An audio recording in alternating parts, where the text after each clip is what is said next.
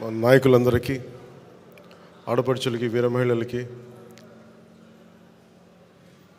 కర్ణాటక నుంచి ప్రత్యేకంగా వచ్చిన జనసేన మద్దతుదారులకి, జన సైనికులకి రిపబ్లిక్ డే దినోత్సవ శుభాకాంక్షలు. ఇది చాలా ప్రత్యేకమైన రిపబ్లిక్ డే. మనకి ఈ మార్చ్ ఎండింగ్లో, ఏప్రిల్లో మనకి ఎన్నికలు రాబోతూ ఉన్నాయి. ముఖ్యంగా ఆంధ్రప్రదేశ్కి సంబంధించి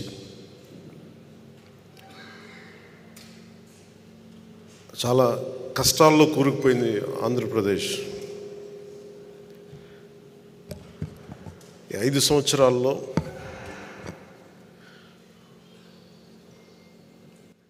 మన వీర మహిళలు, జన సైనికులు, మన నాయకులు పోరాట పటిమ ఈ 5 సంవత్సరాల్లో చాలా బలంగా చూపించగలిగాం. జనసేన అపరిమితమైన పోరాట బలం ఉన్న పార్టీ. ఆ పోరాట బలం 24లో రాజకీయ బలం కావాలి. ఆ దిశగా మనం అడుగులేస్తూ ఉన్నాం. ప్రభుత్వంలో మనం చాలా బలమైన భాగస్వామ్యం తీసుకుంటున్నాం. ఆ దిశగా మనం అడుగులేస్తూ ఉన్నాం.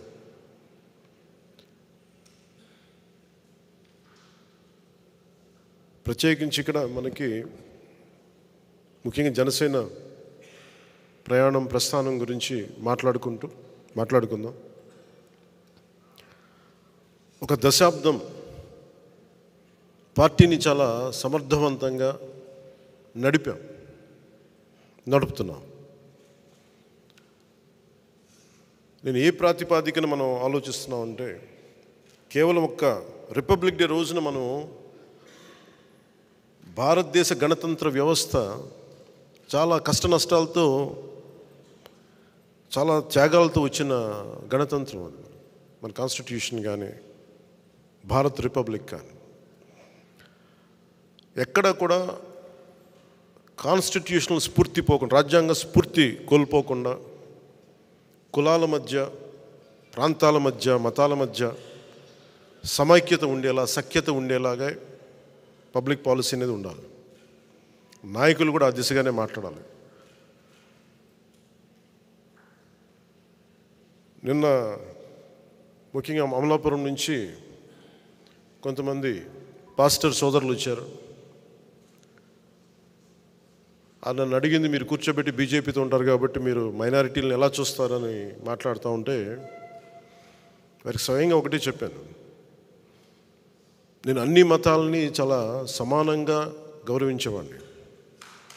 అన్ని మతాలను.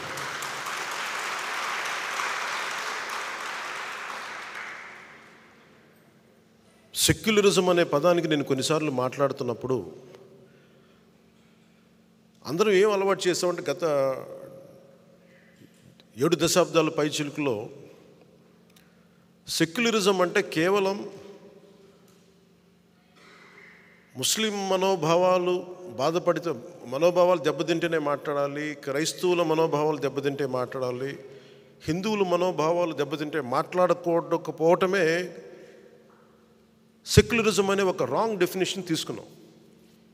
సెక్యులరిజం అంటే ఏ మతానికి, ఏ కులానికి, ఏ వ్యక్తికి అన్యాయం జరిగినా, అకారణంగా దూషించినా అది సెక్యులరిజం స్ఫూర్తికి విరుద్ధం. అది ఆ నేపథ్యంలో నేను మాట్లాడినప్పుడు కొన్నిసార్లు నేను పిఠాపురంలో హిందూ దేవాలయాలు అపవిత్రం చేస్తే దాని గురించి మాట్లాడినప్పుడు నేను వారికి చెప్పాను. నిన్న క్రిస్టియన్ పాస్టర్ల మీటింగ్లో చెప్పిన మీకు పంచుకుంటున్నాను. అది నేను చెప్పింది ఏంటంటే, ఇది నేను హిందూ దేవాలయాల గురించి, అపవిత్రత గురించి మాట్లాడుతున్నప్పుడు, ప్రభుత్వం చర్యలు తీసుకున్నప్పుడు నేను ఇది దోషులను పట్టుకోండి అంటే నేను హిందూ మతాన్ని వెనకేసుకు రావటం కాదు, ఒక అపవిత్రం చేసిన వ్యక్తుల్ని శిక్షించమని అర్థం. అలాగే ఒక చర్చి మీద దాడులు జరిగితే మొట్టమొదటగా స్పందించేది జనసేన, పవన్ కళ్యాణ్ అవుతారు. నేను వారికి చెప్పింది ఏంటంటే, నిజంగా నేను గౌరవం చూపించాలి. I'm practising Hindu. నా వైఫ్ క్రిస్టియన్, నేను ప్రాక్టీసింగ్ హిందూ. నేను అంత మాత్రాన్ని కూర్చోబెట్టి క్రిస్టియన్ మతాన్ని కానీ ఇస్లాం మతాన్ని కానీ ఇంక ఏ అన్య మతాన్ని బౌద్ధాన్ని కానీ అసలు ఎక్కడ అగౌరవపరిచే మనస్తత్వం నాకు లేదు. అందుకని మన నాయకులు చాలామంది చూస్తాను, నేను ఎక్కడో నమాజ్ వినిపిస్తూ ఉంటే కొన్నిసార్లు చాలా సందర్భాల్లో నేను స్పీచ్ని ఆపేసిన సందర్భాలు ఉన్నాయి. నా గౌరవం అలా చూపిస్తాను. కాకపోతే ఓట్ల కోసం నేను మతాన్ని వాడను. ఓట్ల కోసం ఆ మతాన్ని, ఎందుకంటే ఎంతమంది చనిపోయారో నాకు తెలుసు. మన రాజ్యాంగాన్ని, భారత రాజ్యాంగం అనే ఒక రూపుదిద్దటానికి ఎంతమంది చనిపోయారు. ఇండియన్ రిపబ్లిక్, భారత్ రిపబ్లిక్ని స్థాపించడానికి ఎన్ని లక్షల మంది చనిపోయారు. సో ఈ పరిస్థితులన్నింటిని దృష్టిలో పెట్టుకుని చాలా చాలా బాధ్యతగా మాట్లాడతాను. ముఖ్యంగా ఈ రిపబ్లిక్ డే రోజున క్రైస్తవ సోదరులకి సోదరీమణులందరికీ కూడా జనసేన కేంద్ర కార్యాలయం నుంచి మాటిస్తున్నాను, మీకు బంగారు భవిష్యత్తు ఉండేలాగా మీకు అండగా నిలబడతాను ఈ రిపబ్లిక్ డే రోజున మీకు మనస్ఫూర్తిగా తెలియజేసుకుంటాను. అలాగే ఇస్లాం పాటించే మన సాటి భారతీయులందరికీ కూడా ప్రపంచంలో ఎక్కడా లేనంత సహృదయత మన భారతదేశ సమాజంలో ఉన్నాయి.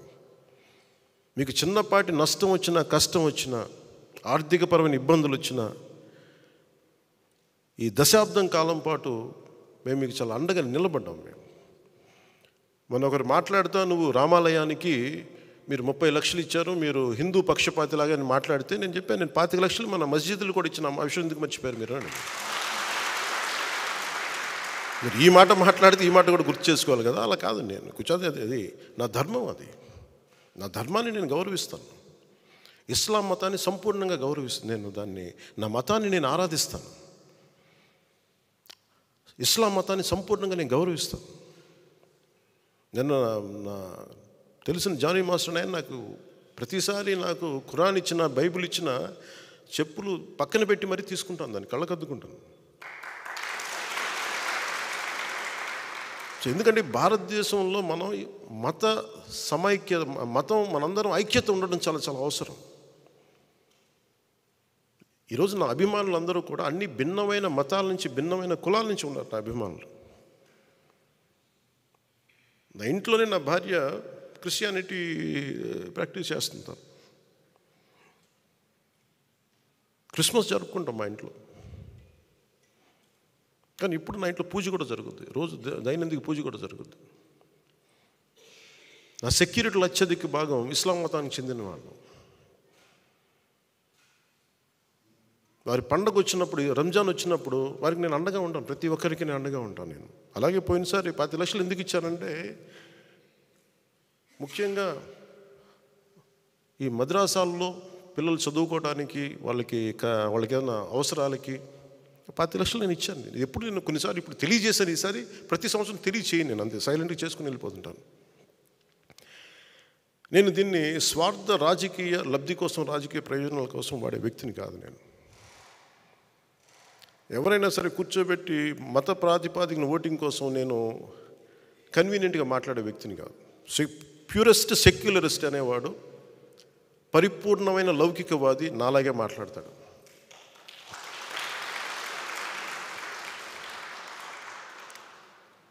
నేను క్రైస్తవ సోదరులకు చెప్పాను, పాస్టర్ సోదరులందరికీ చెప్పాను, నేను మీకు అండగా నిలబడతాను. మీకు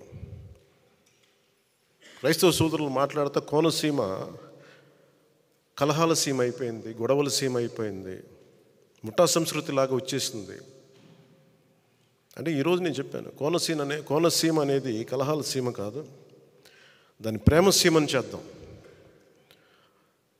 నేను అమలాపురం పర్యటనకు వస్తాను. పర్యటన వచ్చినప్పుడు పాస్టర్ సోదరులందరికీ చెప్పాను, ముందు మనం ఒక ప్రేమపూర్వకం అందరం కలుద్దాం. అసలు ముందు మనం ఒక ఆత్మీయ కలయిక పెట్టుకుందాం, మనం ఒక ప్రేమ కలయిక పెట్టుకుందాం. జనసేన అంటే కూర్చోబెట్టి వాళ్ళు చెప్తా ఉన్నారు, మీరు ఎక్కువ హిందుత్వ అని మాట్లాడుతుంటే, నేను హిందుత్వ ఎక్కువ నేను మాట్లాడను. నా ఇంట్లో లేని నేను బయట ఎక్కడి నుంచి మాట్లాడగలను? నేను హిందుత్వం అనేది మాట్లాడానంటే నేను ఆ మతంలో, ఆ ధర్మంలో పుట్టాను నేను. నా ధర్మాన్ని నేను గౌరవించాలి అని చెప్తూ నేను చెప్పాను, నేను ఓట్ల కోసం మిమ్మల్ని ఎప్పుడు ఓట్లు అడగను, మీకోసం నిలబడతాను. మీరు నాకు ఓట్లు వేసినా ఏగిపోయినా మీకు కష్టం వచ్చినప్పుడు జనసేన పవన్ కళ్యాణ్ అనే వ్యక్తి మీకు ఎప్పుడు అండగా ఉంటారు. అలాగే రేపొద్దు నేను అమలాపురంకి వచ్చినప్పుడు నేను ముందుగా మన క్రిస్టియన్ పాస్టర్ సోదరులతోటి సోదరిమణులతోటి ముందు మీతోటి ఒక సంపూర్ణంగా ఒక రోజు గడిపి నా కమిట్మెంట్ మీకు తెలియజేసుకుంటాను, నా ప్రేమ మీకు తెలియజేస్తాను. ఇదంతా నేను ఓట్ల కోసం చేయట్లేదు. నేను ఎలాంటి వ్యక్తిని నా వ్యక్తిత్వం చూపించడానికి మీకు తెలియజేస్తాను. నేను వారికి ఒకటే చెప్పాను. నేను బైబిల్ సూక్తిని చాలా చిన్నప్పుడు నాకు ఇమాన్యుయల్ టీచర్ అని ఆవిడ చెప్పిన మాట నాకు గుర్తుండిపోయింది. నన్ను చాలా దగ్గర తీసుకున్నారు. ఆవిడ చనిపోయారు, స్వర్గస్థులయ్యారు చాలా కాలం క్రితం. తనను తను తగ్గించుకున్నవాడు హెచ్చింపబడును అనే ఒక్క వాక్యం నాకు మహావాక్యం అయిపోయింది. ఒక్కోసారి అదే నాకు శాపం కూడా అయిపోయింది. నేను ఎప్పుడు తగ్గించుకుంటాను, సహాయం చేసి కూడా తగ్గించుకుంటాను. అది నాకు బైబిల్ తాలూకు ఆ మహావాక్యం ఒకసారి నన్ను తగ్గించేస్తాయి. నేనేమనుకుంటానంటే, నేను భగవంతుడి వాక్యాన్ని నేను విన్నాను, చూసేవాళ్ళకి అది మరీ నన్ను నేను చంపేసుకున్నట్టుగా ఉంది, తగ్గించేసుకున్నట్టుగా ఉంది అని నేను ఒకసారి అనుకున్నప్పుడు, ఎప్పుడు నాకు భగవంతుడు అండగా ఉన్నాడు. దాన్ని క్రైస్తవుని పిలవండి, అల్లా అని పిలవండి, లేదంటే ఈశ్వరుని పిలవండి, రామాని పిలవండి, జగన్మాత అని పిలవండి. ఆ సుప్రీం ఫోర్స్కి అది నిరాకారం. ఆ భగవతత్వం నన్ను ఎప్పుడు కాపాడింది. ఈ మాట ఎందుకు నేను ఉటంకిస్తున్నానంటే, నిన్న మండపేట, ఇది ప్రత్యేకించి ఎన్నికలకు సంబంధించిన విషయం కాబట్టి మీకు చెప్తా ఉన్నా. మండపేట నుంచి మన నాయకులు చాలామంది వచ్చి చాలా బాధపడిపోతూ ఉన్నారు. మనం పొత్తులో ఉండి మన చంద్రబాబు గారు ఇట్లా అనౌన్స్ చేశారు, మండపేట సీటు మనకి చెప్పాలి కదా అది అని అంటే, ఖచ్చితంగా అది సరైన విధానంలో చెప్పలేదు. ఖచ్చితంగా అంత మీకు ఏకీపిస్తున్నాను. చాలా ఇబ్బంది పడ్డారు అందరూ. మనకి మండపేట లాంటి నియోజకవర్గంలో పోయినసారే ఒక 18% ఓటు ఉంది. అది ఈ రోజున చాలా బలమైన అబౌవ్ 23, 28 ఎగ్జాక్ట్ చెప్పండి 28, దాదాపు 26 నుంచి 27, ఒక 10% పెరిగింది పోయిన దానికి ఈసారికి. నేనేం చెప్పానంటే వాళ్ళందరికీ, నేను కేవలం ఒక నియోజకవర్గాన్ని దృష్టిలో పెట్టుకొని మాట్లాడితే నేను నియోజకవర్గపు సంబంధించిన నాయకుడిని అవుతాను. నేను బర్డ్ ఐ వ్యూ అంటే అది విహంగ వీక్షణ ఉంటుందా, లేదంటే బర్డ్ ఐ వ్యూ. ఆ బర్డ్ ఐ వ్యూని చూస్తే తప్ప నేను రాష్ట్రాన్ని సంపూర్ణంగా చూడాలి. దాంట్లో భాగంగా ఒకసారి కొన్నిపాటి ఏరియాలో ఇబ్బంది కలగచ్చేమో, పొత్తు ధర్మం ప్రకారం అలా అనౌన్స్ చేయకుండా ఉండాల్సింది. నేను దానికి క్షమాపణలు చెప్తున్నాను. ఖచ్చితంగా నెక్స్ట్ మీటింగ్లో దాని మీద వివరణ ఇచ్చి దాన్ని ఎలా సరిదిద్దుతాం అని ఒక మాట ఇచ్చి పంపించాను. అలాగే వాళ్ళు అన్నది కూడా ఏంటంటే, మన నాయకులు కూడా ఇప్పటికీ 2 సీట్లు అనౌన్స్ చేశారు, మరి ఇది పొత్తు ధర్మమేనా నన్ను అడిగితే అట్లా కొన్ని ప్రత్యేక పరిస్థితులు ఉంటాయి, వాళ్ళు కూడా మనం అర్థం చేసుకోవాలి కదా. 4 దశాబ్దాలు సుదీర్ఘ అనుభవం ఉన్న వ్యక్తులు, ఒంటరిగా వాళ్ళ సొంత పార్టీ నడిపిన వ్యక్తులు, ఒక్కోసారి ఎట్లా ఉంటుందంటే పొత్తు ఆ సైజు వ్యక్తులకి ఒక ఇరుకు చొక్క అత్తారింటికి దారేదులో చెప్తూ ఉంటాం. ఒక బలమైన వ్యక్తికి సరిపోయిన కోటేస్తే కొంచెం ఇరుగ్గా ఉంటుంది కదా, టైట్గా ఉంటుంది. అలాగే ఒకసారి పొత్తు ఆ స్థాయి నాయకులకి చాలా ఇబ్బందిగా ఉంటుంది ఒక్కోసారి. కానీ వాస్తవాలు వేరుంటాయి, క్షేత్రస్థాయి పరిస్థితులు వేరుగా ఉంటాయి. అందుకని ఒక్కోసారి అనుభవం ఇటు ఒకసారి గబుక్కుని ఒక మాట అన్నిస్తుంది. లోకేష్ గారు ఆ రోజు మా నాన్నగారు ముఖ్యమంత్రి ఎన్ని అన్నా కానీ ఇవన్నీ నేను ఎందుకు దాన్ని పెద్ద మనసుతో వదిలేస్తానంటే, ఒక పార్టీని 3 దశాబ్దాలు నడిపి 3 సార్లు ముఖ్యమంత్రులుగా ఉండి అలాంటి కుటుంబం నుంచి వచ్చిన వ్యక్తులు సహజంగా గబుక్కుని ఒక మాట వచ్చేస్తుంది. దాన్ని రాష్ట్ర ప్రయోజనాలను దృష్టిలో పెట్టుకొని జగన్ అనే వ్యక్తి ఇంకొకసారి వస్తే రాష్ట్రం అధోగతికి పాలవుతుంది అన్న ఒక్క ఆలోచన నన్ను చాలాసార్లు రెస్పాండ్ కానివ్వకుండా చేస్తుంది. వాళ్ళు అలా మాట్లాడారు కదా, మీరు ఇలా మాట్లాడచ్చు కదా అంటే, అదే కదా తేడా అని చెప్తాను నేను.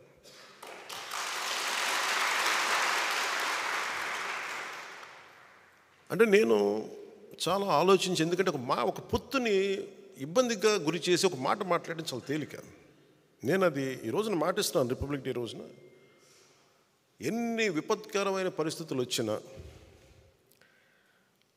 జగన్ నడిపే ఈ ప్రభుత్వం 24లో మనకి కనిపించకూడదు.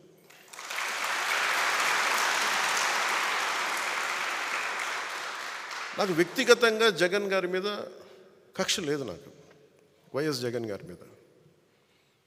కానీ ఆయన విధానాలు కానీ ఆయన ధోరణి కానీ ప్రజల్ని ఇబ్బంది పెట్టేవి, రాష్ట్రాన్ని అప్పుల పాలు చేసేవి, అప్పులకి దగ్గర చేసేవి, అభివృద్ధికి దూరం పెట్టేవి ఆయన పథకాలన్నీ.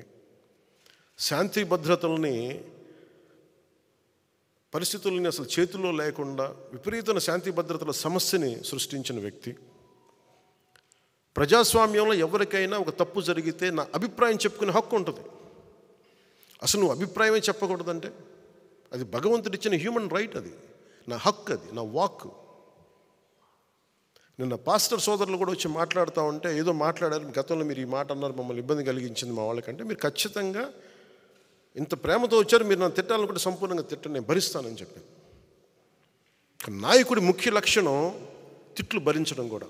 కేవలం మెచ్చుకోవడాలు, ప్రైజెసే కాకుండా ఒక నాయకుడి తాలూకు కీలకమైన లక్షణం తిట్లు తినటం, విమర్శ తీసుకోవడం కూడా అవసరం అవ్వాలి.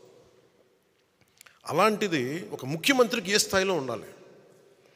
నువ్వు ఎవరు పడకూడదు, ఎవరు ఎదురు తిరగకూడదు అనుకుంటే ఇది రాజరికం కాదు జగన్, ఇది ప్రజాస్వామ్యం, ఇది జగన్ స్వామ్యం కాదు. ఇది ప్రజలు ఎదురు తిరుగుతారు, మాట్లాడతారు, విను, భరించు.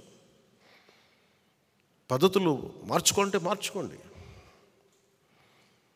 ఏ రోజు ఈ వ్యక్తి లైవ్ ఒక మీడియా వారితో మాట్లాడలేడు, ఒక ప్రెస్ మీట్ చెప్పలేడు, ఒక ప్రెస్ మీట్ పెట్టలేడు అతను.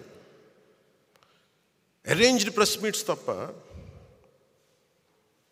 ఎప్పుడు అవన్నీ తప్పులు ఉండొచ్చు, ఇంకోటి ఉండొచ్చు, కానీ అసలు ఎక్కడా కూడా నువ్వు అందరిని ఇబ్బంది పెట్టేవి, ఒక సగటు ఇంట్లో పని చేసుకునే ఒక 35 ఏళ్ల మహిళని చిన్నపాటి నిరసనకి, పాపం ఆ రోజే జాయిన్ అయ్యి కార్యక్రమానికి వస్తే, నిరసన కార్యక్రమానికి వస్తే ఆవిడని అందరితో పాటు ఆవిడని కూడా అరెస్ట్ చేసేసి అటెంప్ట్ మర్డర్ కేసు పెట్టారు ఆవిడ మీద.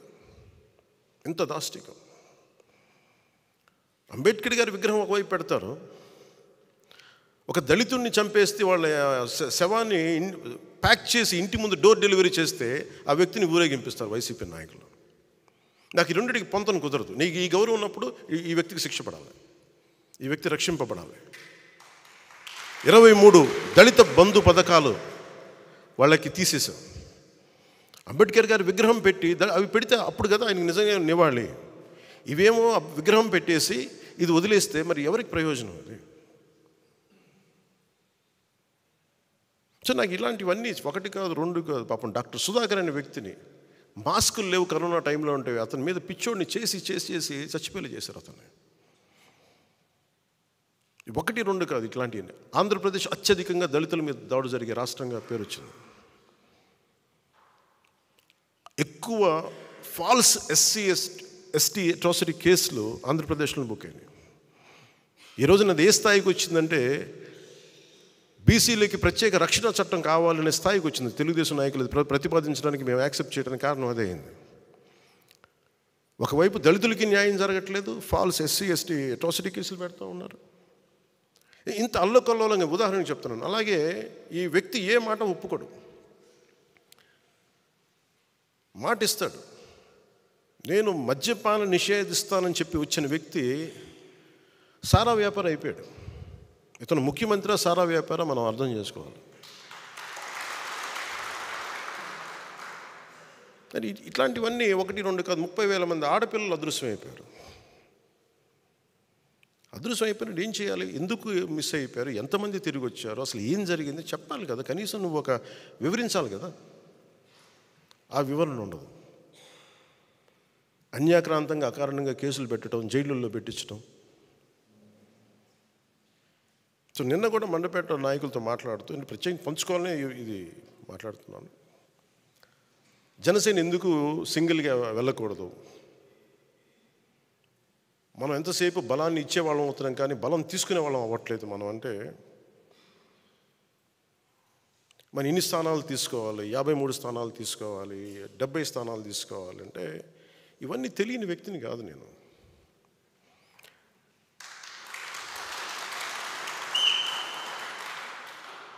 మనోడికి అసలు ప్రాక్టికాలిటీ తెలియదు, వీధుల్లో తిరగడు కాబట్టి, జనంతో తిరగడు కాబట్టి అసలు మనం ఏమనుకుంటామో తెలియదు. మీరు ఏమనుకోకపోతే తెలియకపోతే నేను రాజకీయాల్లోకి ఎందుకు వస్తాను?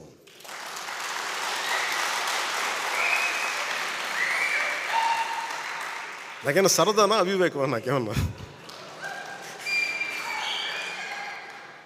జనసేన వచ్చింది కూడా రాష్ట్ర విభజన ఒక్క నాయకుడు మాట్లాడట్లా.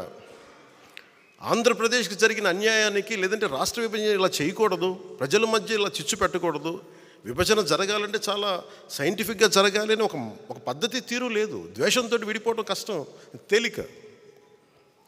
ఇద్దరు వ్యక్తుల్ని కలపడం చాలా కష్టం, ఇద్దరు వ్యక్తులు విడగొట్టడం చాలా తేలిక.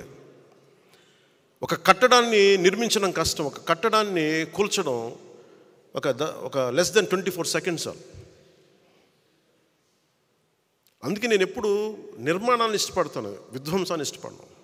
అందుకే నా పద్ధతులు ఒకసారి ఇబ్బందిగా ఉంటాయి. గొడవలు పెట్టి నేను అంత ఈజీగా గొడవలు పెట్టుకోను. కష్ట నష్టాలు తెలుసు. ఎందుకు ఒక్కడనే మనం వెళ్ళలేదని అనడానికి కారణం, అసలు ఎందుకు ఈ మాట చెప్పారు? వైసీపీ, నేను మాట్లాడుతున్నప్పుడు వైసీపీ వ్యతిరేక ఓటు చేయకూడదు అనటం వల్ల మీకు టీడీపీ పార్టీ బతికేసింది, మీరు జైలుకి వెళ్ళి చెప్తే వాళ్ళు బతికేశారు, మేము నలిగిపోతున్నాం అంటే. నాకు కనుక 2019లో నాకు సలహాలు ఇచ్చేవాళ్ళందరూ, నేను 153 స్థానాల్లో పోటీ చేయించాం. 30-40 మంది కనుక నన్ను ఎమ్మెల్యేలుగా గెలిపించుంటే ఈరోజు సంపూర్ణ హక్కు ఉండేది. 30-40 మంది పక్కన పెట్టండి, కనీసం నన్ను కూడా గెలిపించలేకపోయారు. కనీసం నన్ను గెలిపించున్నా కానీ బాగుండేది. 30-40 స్థానాల్లో పెట్టి కనీసం నన్ను గెలిపించిన ఒక్క సీటు నాకు గెలిచిగా నేను ఎల్లుండుంటే అప్పుడు నీకోసం నిలబడ్డాం, అందుకని ఈసారి నువ్వు ముఖ్యమంత్రి స్థానం అడగండి, ముందుకు వెళ్ళకూడదు పొత్తానంటే అప్పుడు నేను వింటాను సంపూర్ణంగా. నువ్వు ఏమి మనకు రిజల్ట్స్ చూపించకుండా ఎట్లా అడుగుతావంట? రిజల్ట్స్ చూపించకుండా ఎలా అడుగుతాం? ఈరోజు మన అందరితోటి మర్యాదగా మాట్లాడుతున్నారు, గౌరవిస్తున్నారు కేంద్ర ప్రభుత్వం అంటే 18 లక్షల ఓటు పైచిలుకు మనం సంపాదించగలిగాం మనం పోయిన ఎన్నికల్లో. అది 6% ఓటు. అది మనం ఇంట్లో వాళ్ళు నిలబడితే మన ఇంట్లో వాళ్ళే ఓటేయరు. అలాంటి వ్యక్తులు బోల్డంతమంది ఉన్నారు ఇక్కడ. కన్విన్స్ చేయలేం, 1 లక్షల మందిని కల్పించి కన్విన్స్ చేయలేం మీరు నాకు ఓటు వేయండి అని. ఒక విషయం మీద ఆర్గ్యుమెంట్ చెప్పాలి. ఇది ఎందుకు రైటు, ఇది ఎందుకు సరైంది, ఇది ఎందుకు సరైంది కాదని చాలా స్పష్టంగా చెప్పగలిగేంత ఎబిలిటీ ఉండాలి. Convincing ability, debate ability, negotiating ability. నేను దశాబ్దం పాటు నలిగి అవమానాలు పడి పిచ్చి పిచ్చిగా మాట్లాడుతున్నా, అన్నీ దేనికి భరిస్తాం? ఇవన్నీ ప్రజలు బాగుండాలి మనకి. ఒకసారి ఒక ఎమోషనల్ గుడ్డిగా నమ్మేస్తాం మనం అందరం. అవన్నీ మారాలి. ఇవన్నీ మనకున్న ఇండివిజువల్గా వెళ్తే ఏం జరిగి ఉండేదంటే ఖచ్చితంగా మనం కొన్ని సీట్లు సాధిస్తాం, అనుమానం లేదు దాంట్లో. ప్రభుత్వంలోకి అడుగు పెడతాం లేదు నాకు తెలియదు. నేను పోయినసారి జరిగిన దీని పరాభవం అనండి, దెబ్బనండి, ఓటమి అనండి, అది నన్ను చాలా ఆలోచన తీరుని మార్చుకునేలా చేసింది నన్ను. పోనీ జగన్ అనే వ్యక్తి కూడా తెలుగుదేశాన్నే టార్గెట్ చేసి మనల్ని వదిలేస్తే మేబీ ఒంటరిగా పోటీ చేసేవాడినేమో. జగన్ తాలూకు చాలా కీలకమైన లక్షణం ఏంటంటే ఎవరిని స్పేర్ చేయడం. అతను సొంత చెల్లినే స్పేర్ చేయని వాడు మనల్ని ఎలా స్పేర్ చేస్తాడు?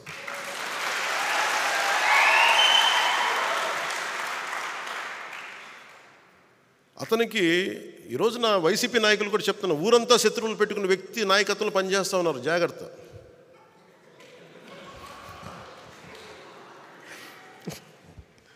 లేదు, ఊరంతా శత్రువులు అతనికి, జాగ్రత్త. మీరు అతని కింద నడుస్తూ ఉన్నారు, మీరు ఆయనకి నాయకత్వం కింద. రేపొద్దున మీ కష్టాలు వస్తే మళ్ళీ పవన్ కళ్యాణ్ దగ్గరికి రావాలి, గుర్తుపెట్టుకోండి.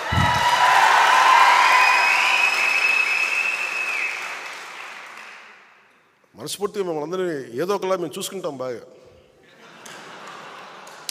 ఎందుకన్నా చాలా పెద్ద మనసు. ఎందుకు పెద్ద మనసు అంటే కక్ష కారుణ్యాలతోటి కక్షపూరితంగా ఉంటే సమాజం విచ్ఛిన్నం అయిపోతుంది. మొన్న అడుగుతూ ఉన్నారు, మీరు అలా చేశారు ఇలా చేశారు, వాళ్ళు తిట్టారు ఇలా తిట్టారంటే నన్ను తిట్టింది ఎవరయ్యా అని అడిగారు. నన్ను వీధి కుక్క అని తిట్టిన వాళ్ళు కూడా ఉన్నారు. నన్ను అవి ఎందుకు భరించి ముందుకు వెళ్తాం? నన్ను పచ్చిబూతులు తిట్టిన వాళ్ళు క్షమించడం అనేది మానవ ధర్మం కదా అంటాను. ఉన్నత స్థాయి వ్యక్తిత్వంలో ఎవడైనా సరే క్షమించడం అనేది చాలా గొప్ప గుణం. అది నేను నేర్చుకున్నాను. ఎవరి దగ్గర నుంచి నేర్చుకోవాలో? నెల్సన్ మండేలా దగ్గర నుంచి నేర్చుకున్నాను.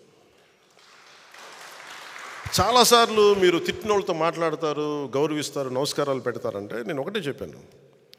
నెల్సన్ మండేలాని శ్వేత జాతీయులు 2 దశాబ్దాల పాటు జైల్లో పెట్టి,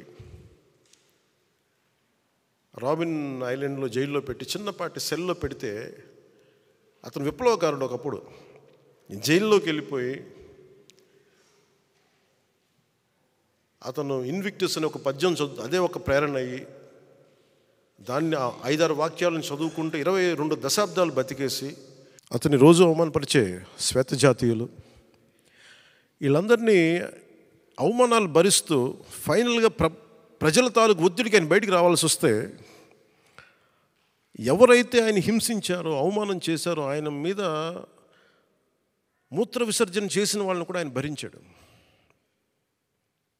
ఆయన ఏమన్నాడంటే, బయటకు వస్తే తెల్ల జాతీయులు అందరినీ సమూలంగా ఒక శిరిచ్ఛేదం చేయడానికి అంత మైండ్ సెట్లో ప్రజలు ఉంటే ఆయన అందరినీ ఏమన్నాడు, ఇది రెయిన్బో నేషన్, ఇది అందరం కలిసి ఉండాలి ఈ దేశంలో, జరిగిన తప్పులు జరిగిపోయినాయి మర్చిపోదాం, పెద్ద మనసుతోటి మనం తీసుకోవాలని చెప్పి శ్వేత జాతీయుల్ని సంపూర్ణంగా అవమానపరిచిన శ్వేత జాతీయుల్ని సంపూర్ణంగా అర్థం చేసుకొని ముందుకు తీసుకెళ్ళిన మహానాయకుడు. అలాంటి మహానాయకుడు అలా ఉన్నప్పుడు నన్ను 10 సార్లు 10 మంది తిట్టుండొచ్చు నన్ను మహా అయితే. ఆ నాయకుడు స్ఫూర్తితోటి నేను పెద్ద మనసుతో వదిలేస్తాను అంతే. దీనికి కారణం ఏంటంటే ప్రజలు బాగుండాలి, కక్షలు పెట్టుకుంటే విధ్వంసం తప్ప నిర్మాణం ఉండదన్న ఒక ఆలోచన సదుద్దేశంతో భరిస్తాను. దాంట్లో భాగంగానే పొత్తులో కూడా ఒక మాట అటు ఒక మాట ఇటు ఉంటుంది.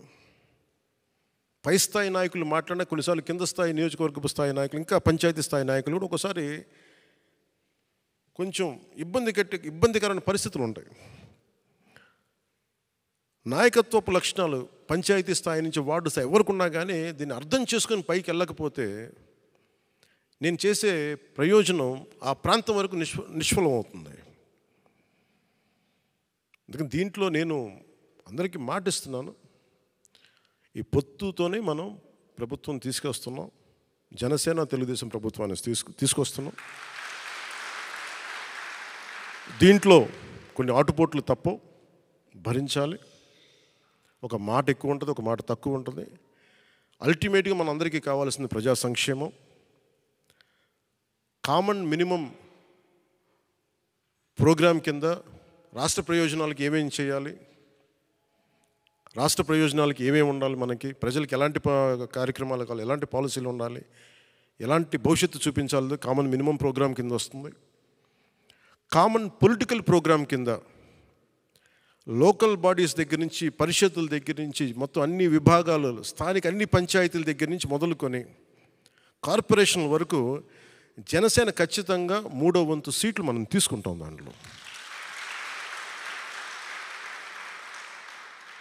ఎందుకంటే మీరందరూ ఈరోజు కూర్చున్న పెద్దలు కూడా అందరూ కూడా కనీసం 3వ వంతు మనం వార్డ్ మెంబర్స్గా ఉండాలి. ఓటు ట్రాన్స్ఫర్ అవ్వాలంటే ఖచ్చితంగా ఇది జరుగుద్ది. ఇవన్నీ మాట్లాడుకున్నాం, దీన్ని ముందుకు తీసుకెళ్తాం. కేవలం నేను ఎమ్మెల్యే సీట్ల దగ్గర ఆగిపోవట్లేదు, ఆ దృష్టిలో మీకు పెడుతున్నాను. ఎందుకంటే ఒక పార్టీ నిర్మాణం లేదంటే మండల స్థాయి, గ్రామ స్థాయి, పంచాయతీ స్థాయి, వార్డు స్థాయి వరకు నాయకత్వం ఉండాలి ఒక పార్టీకి. ఇది చాలా చక్కటి అవకాశం మనందరం పెంపొందింపు చేసుకోవడానికి. టీడీపీకి మనం కలిస్తే ఏమైపోతుందంటే ఇద్దరం కలిసి నిర్మాణం చేసుకోవచ్చు. వాళ్ళు పునర్నిర్మాణం లేదంటే వాళ్ళకి కొంత ఎక్స్ట్రా బలం తీసుకోవచ్చు, మనం బలమైన నిర్మాణం చేసుకోవచ్చు. ఇది ఇద్దరికీ మంచిది. ఇది భవిష్యత్తు ఏది ఎట్లా ఉన్నప్పటికీ కూడా ఈ క్షణం మనం ఇప్పుడు చేయాల్సింది సంపూర్ణంగా ఒక మాట అటున్నా ఆటుపోట్లున్నా ఇటున్నా కానీ మనం కలిసే వెళ్తున్నాం.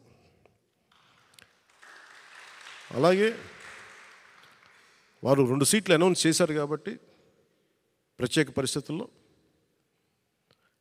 నేను కూడా ప్రత్యేక పరిస్థితుల్లో ఈ రోజున రిపబ్లిక్ డే రోజున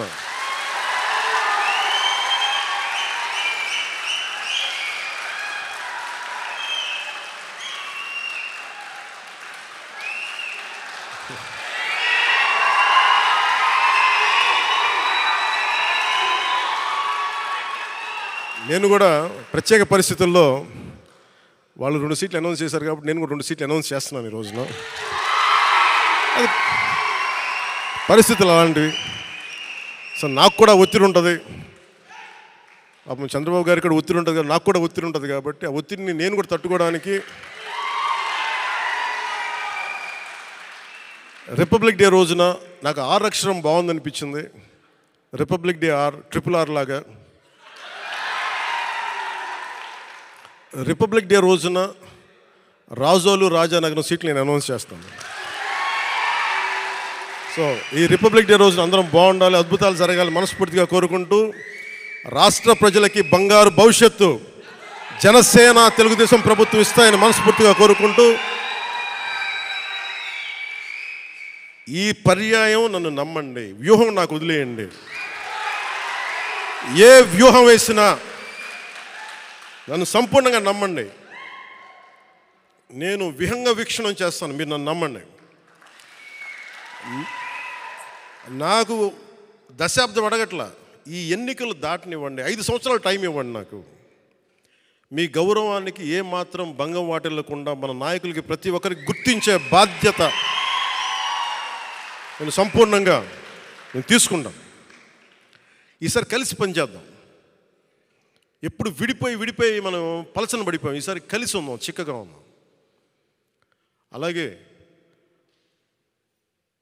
భారతరత్న అవార్డు వచ్చిన కర్పూరి ఠాకూర్ గారికి ప్రత్యేకంగా నా అభినందనలు తెలియజేసుకుంటూ, పద్మవిభూషణ్ అవార్డు వచ్చిన శ్రీ వెంకయ్య నాయుడు గారికి,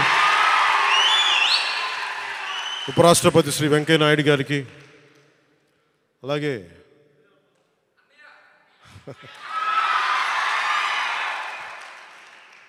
మా పెద్దన్నయ్య మెగాస్టార్ చిరంజీవి గారికి మనస్ఫూర్తిగా నా అభినందనలు తెలియజేసుకుంటూ, వైజయంతిమాల బాలి గారికి, మిగతా అవార్డు గ్రహీతలందరికీ కూడా నా అభినందనలు తెలియజేసుకుంటున్నాను. ప్రత్యేకించి పద్మ అవార్డ్స్ గురించి మాటలు చెప్పి ముగిస్తాను. నరేంద్ర మోదీ గారికి మనస్ఫూర్తిగా నా అభినందనలు తెలియజేస్తాను. ఎందుకంటే మారుమూల ప్రతిసారి పద్మ అవార్డ్స్ అనగానే రికమెండ్ చేస్తారు, ఈ వ్యక్తికి ఇవ్వాలి, ఈ వ్యక్తికి ఇవ్వాలి అని. వాటన్నిటినీ పక్కన దోసేసి టాలెంట్ ఎక్కడుంది, ప్రతిభ ఎక్కడుంది, త్యాగం ఎక్కడుంది ఆయన వెతుక్కొని మరి దేశం నలుమూలల నుంచి ఆయన వ్యక్తులను తీసి పద్మ అవార్డ్స్ ఇవ్వటం ప్రధానమంత్రి నరేంద్ర మోదీ గారికి మనస్ఫూర్తిగా నా హ్యాట్స్ ఆఫ్ తెలియజేస్తాను.